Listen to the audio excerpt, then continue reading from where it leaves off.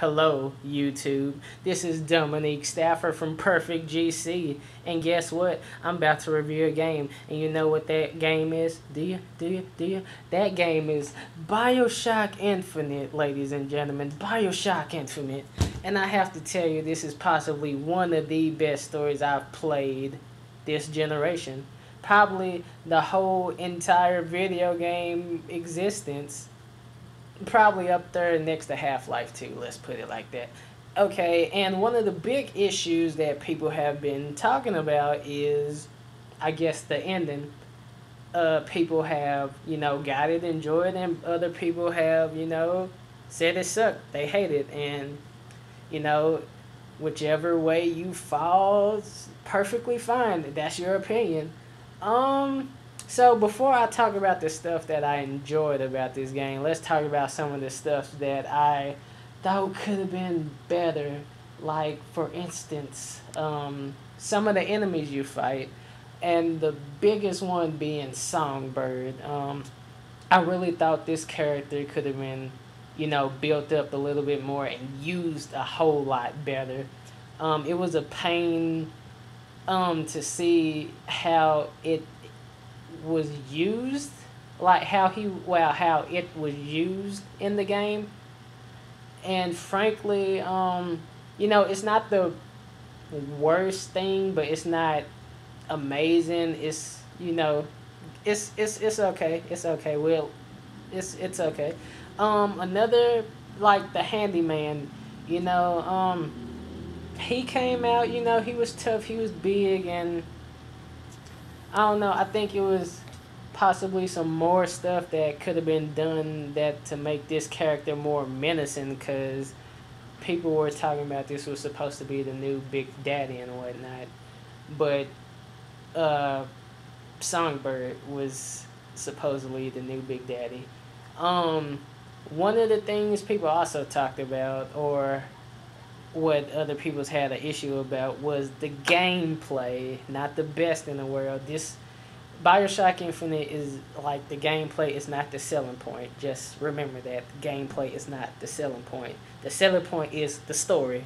So I don't understand why people are complaining so much about the gameplay when it's exactly the same as the previous Bioshocks.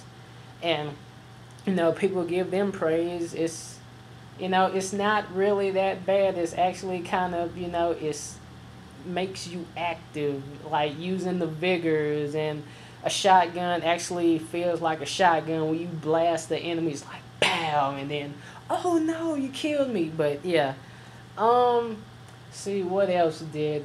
Oh, also another thing, people said that some of the boss battles in the game were repeated, and that wasn't really, that's not good.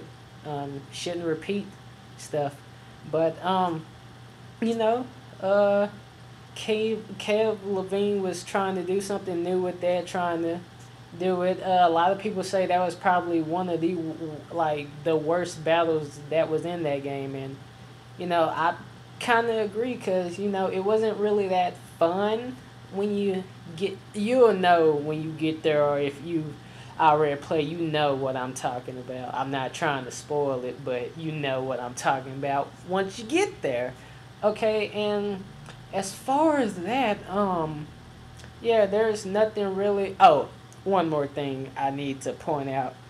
So apparently, when people look at games like Bioshock or Dishonored, they call these games ugly because they aren't realistic. Like, a Tomb Raider, call it what, Battlefield, or a Crisis game, just because their buildings and the people don't look realistic like what you see outside. Not all games need that. Not all games need that. Because Bioshock is a very stylized and idealized game, meaning that, their faces aren't really detailed. Well, they're detailed, but, it's more cartoonish in a way, and it's more art style driven. It's not, let's make it like Battlefield and Tomb Raider and all the other games with the dark and it's just not all games need that, and people need to understand that video games are meant to be, well, most of the time they are meant to be fantasy. They're supposed to be things that you wouldn't see in real life. That is why we play video games, people. And let's talk about what I enjoyed. Riding on the skylines was probably one of the most exhilarating things I've done in a video game. It feels like you're on the roller coaster, and it actually feels like it. It doesn't feel like you're just going by. It wasn't like that. It was like out of control roller coaster. And probably my badass moment was when I would kill enemies with a sniper headshot while riding on the roller coaster. Well, the skyline, that's what it's called. It's called the skyline. Get your hook, skyline. And this game is very brutal, very bloody. And the beginning of this game is just, when it introduced you to that first part of violence, it's just, don't you feel it? But yeah, and going back to the story, what I do like about Bioshock is it does what most games are afraid to do. They're afraid to talk about serious themes, Oh, there's race, there's religion.